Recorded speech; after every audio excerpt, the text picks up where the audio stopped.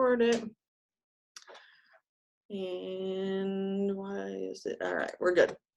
So the first thing you're going to do is everybody should have downloaded it. If you haven't, that's okay. I can go through a lot of this and you can download it after. This should be probably about a half an hour. It's really short. This one's a short training because there's not a lot to this tool. I'm going to go ahead and share my screen, and I apologize because there's parts of this that I just can't make my screen bigger for. For a lot of like the Google Classroom and some of the other sessions, I'm able to enlarge my screen so you can see the icons and everything really clearly. I can't with this one because it's an extension. So if you've installed the extension, you can try it after, and I'll sort of share my screen and then unshare my screen so that we can play around a little bit too. So I'm going to go ahead and share.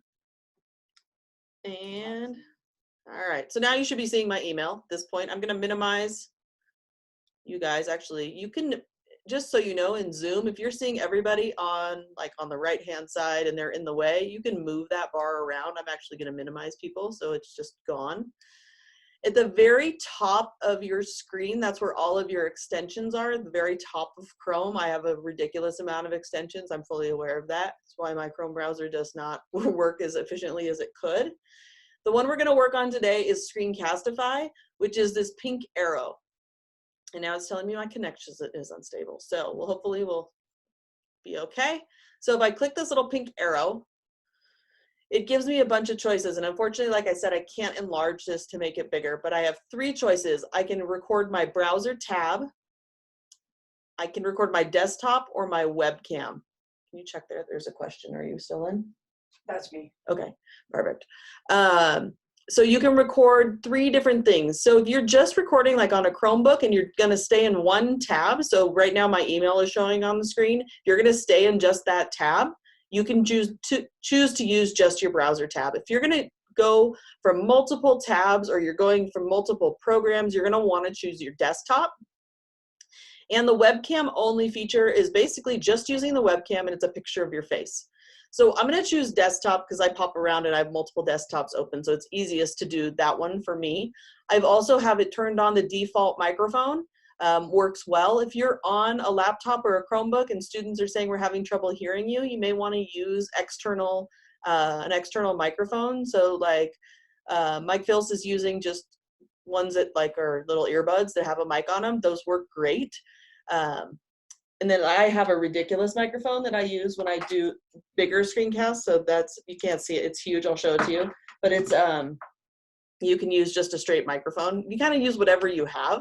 And then these settings right here, also you can embed the webcam. So when I go ahead and hit record, it's going to give me a countdown, and that's in the more options. Right now it's set at 3 seconds, as well as drawing tools. So if I click record, it'll ask me what I want to record on my screen. It's giving me that countdown. Now it's actually recording.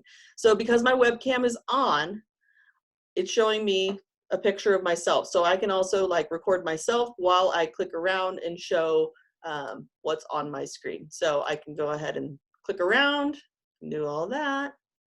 I don't know where my email went. There it is. If you decide you don't want to show yourself, you can close it. You also can move it. So if you don't like where it is because it's blocking something important, you can move it around. Usually people move them to corners, so they're kind of out of the way. So whatever works for you. I'm going to leave it open for now. Your drawing tools are down here at the bottom. What's nice, how I have this currently set up, so if you're showing students where to click and how to do something, this selection here for my cursor will show me, it'll actually do a red circle and show students where they're supposed to click. So I'm going to archive this so you can see when I click, it actually does flash red and shows them where they should be clicking. So you have some other options. The focus mouse, I've never used that. And then hide the cursor when it's not moved. The focus mouse, oh, it does the spotlight. That's kind of fun. So it's just whatever you want to try. Let me turn focus mouse off. And you can even draw. Well, that's not a great happy face I'm drawing today. Anyway, and then if I'm ready to finish, I just go ahead and hit pause, then stop. And what it'll do is it'll open a new tab with the video I just created. It opens muted, which is really nice, so you don't have to listen to yourself talk right away unless you want to. You just have to remember to unclick it, but it's showing you what I actually just recorded. As you can see right now, it's saving it to Drive. So when you add Screencastify to your browser, it automatically creates a folder in your Google Drive for Screencastify videos. So if I wanted to share this, I could click copy the shareable link, and it'll save it to my clipboard so I can paste it into another document or an email. I could share it to Classroom. This one's kind of a cool option because it automatically logs me into Classroom. I choose which class. I choose what I want it to be. I'm going to say it's an announcement and then click go. Watch. If I can type.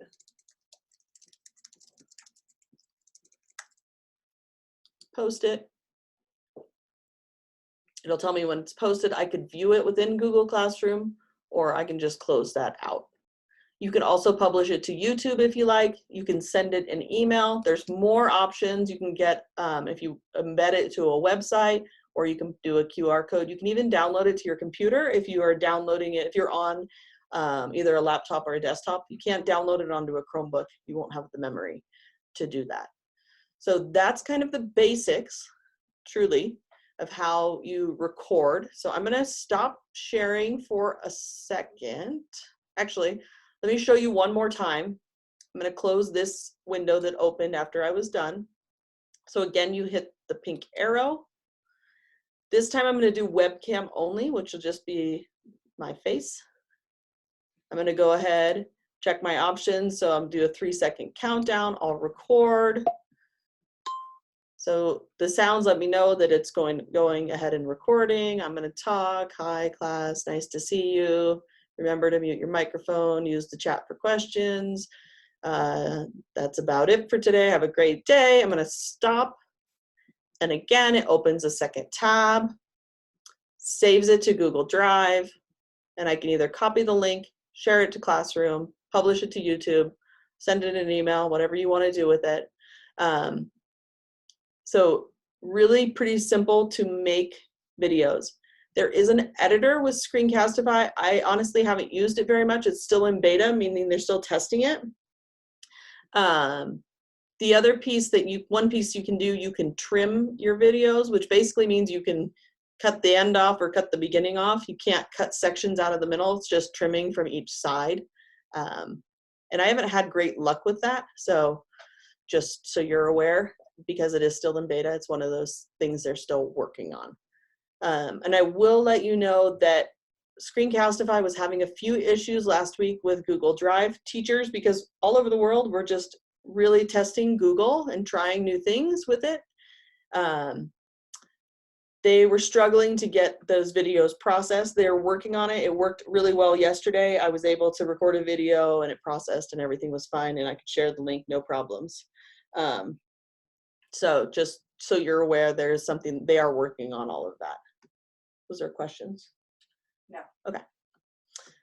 But I don't see my participants anymore, and when I go into participants, it's just a list. It doesn't have that. That's weird. All right, I'm going to stop sharing my screen.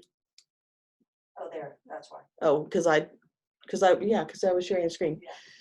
Yes, it's being recorded, Laura, and I will send it out. Yes, done. If you need to go back to your videos for some reason, if you click the pink arrow, actually I'm going to share again so you guys can see that. Let me share for you. If you need to go back to your videos, if you click that pink arrow, and then there's a little menu on the right-hand side, or the left-hand side, excuse me.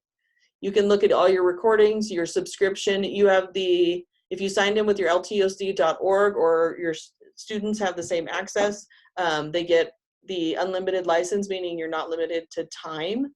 The free license has a 5-minute limit. I would recommend keeping videos less than 5 minutes. The research shows that after about 2 minutes, people kind of start watching. So if you break it down into chunks, that's the best thing to do. There's options. Here's your editor, classroom resources, all sorts of things to just check out and play around with a little bit. And then you can also go straight to your recordings from the little play button in the pink arrow as well. So that will show you all your recordings. One thing you can do as you record, I'm going to go into my recordings. So when it shows you that preview, you can rename your videos really easily, but I can also just rename it right here. I'm going to pause this so we don't hear me talking over my, oh, good, it did it on its own. So it says untitled. So similar to Google Docs, you just click the title, and I'm going to call this sample video 10 a.m. so I know which one it was. Hey, I'm going to see, there we go. Good, that was over right when I started talking again. So it just renames it. So if I go to my list of recordings, they should have a name. So sample video, so you can see I recorded this one earlier. There's another sample video. It's a good thing to rename them before you share them, just so they're easier to find later on, because what will happen in your Google Drive, and I apologize, I have 30 gigs of stuff in my Google Drive. Like I said, when you install it, it creates a Screencastify folder. So if I open that, you can see I have all these videos. So the sample video 10 a.m., the one I just made, is already in there. So I'm going to stop sharing. All right. Hey, That's Kelly, about all there is to this tool. I have a question, Kelly. Yeah. I'm trying to sign in right now, and it's just going around and around circles. Please sign in with your Google account to continue. I thought I had done that. Just try again. Yeah, what I would do is once we're done, close your web. You don't want to close your web browser now because it'll get rid of it. You'll lose the meeting. So once we're done, close the web browser and relaunch it. Sometimes with extensions, that's what needs to happen. Okay, thanks. What if we want to do a read aloud and it is longer than 5 minutes? Better to break it up or use a different program? You know what? You can go for an hour if you want to go for an hour with Screencastify. You can go as long as you want. If you're doing a read aloud, you're doing a book and you're showing them the pictures, then longer than 5 minutes is fine. I'm just thinking like instructional videos where they're like you're showing them how to do something. You want to keep it shorter. But for a just for like a read aloud, you'd be fine with this. Gotcha, thanks. Yep. Any other questions?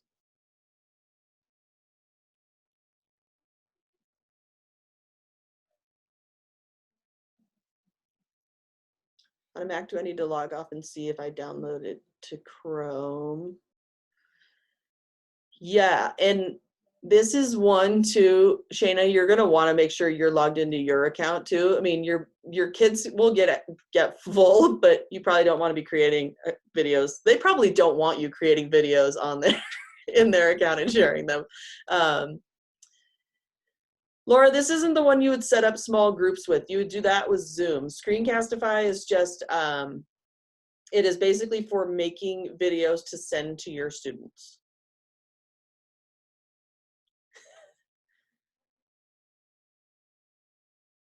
And Laura, if you're gonna make a video, make sure you don't have a window behind you because you're like a dark shadow right now. Just so you know that they're gonna wanna see your face, not have you look like Darth Vader. So just make sure that you can do a test run, make sure your lighting is good. Alicia, you're pretty dark too. You kind of don't want to be backlit. Yes, I will send out the link to everybody who we sent the invite to, so you have access to this. And this one will be not too long, which is nice. Quick Zoom question. Okay, we have a Zoom question. Is it normal to have participants be kicked off when you screen share? Happened to me last week and again today. No, I have not had that happen. Students kicked out. I will do a little research for you though, Alicia. And screen share. Yeah, I'll find out. I haven't heard of that happening. And it hasn't happened to me. I use it a lot. Zoom is not part of Screencastify. That's separate. which link do we use? So Zoom is what got you here. Zoom is the meeting. Screencastify is the extension, the like software basically for making the videos.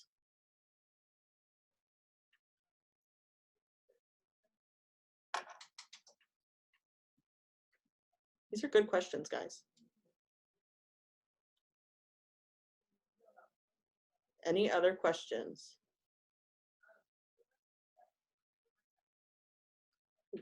Oh, this is a big group. This might be the biggest group we've know, had. it's- 35. Yeah. Nice.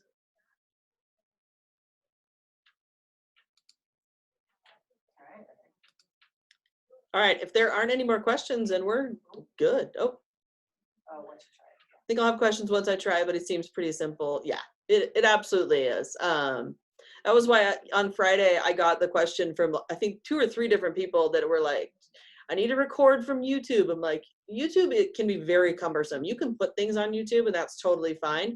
But recording to there, and I do a lot of like video recording, audio recording, it is not as, this is the simplest tool. If you want it on YouTube, so it's really easily accessible for your students, you can put it on there.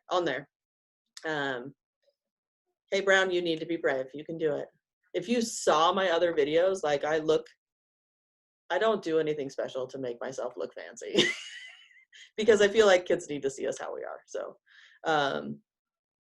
So I have a Zoom question. How do I put my whole class into a Zoom invite? Does it work? If I just add it to their calendar. Nib, yeah. So you can add it to the calendar and share that link with them. That's the easiest thing to do. So you should be good. I think I need to throw another Zoom training on here. Crystal's saying yes. Okay. So the same process pushing other videos into Google Classroom. Yeah, Laura, you got it. And you know, because I have so many of you on, can I ask, would it help if I did like an office hours? Like just for open questions, like was here from, you know, a half an hour or an hour, Nibs, where I see a lot of yeses. Okay, I'll figure out when I can do that. So I'll throw in office hours. I was wondering that. Yes to office hours. Okay, cool. I can do that too. Yeah, other people are doing that. You know, we're all like learning as we're going, flying the plane, building the plane as we're flying it. So I have a lot of other good contacts that they're doing office hours. They're getting good response. So I figured I would ask. Awesome. So I will figure that out today and send it out.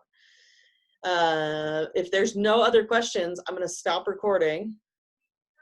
And then if anybody's joining for the Google Classroom session at 12:30, I'll see you at 12:30. Or I'll see you another day. But thanks for coming, guys.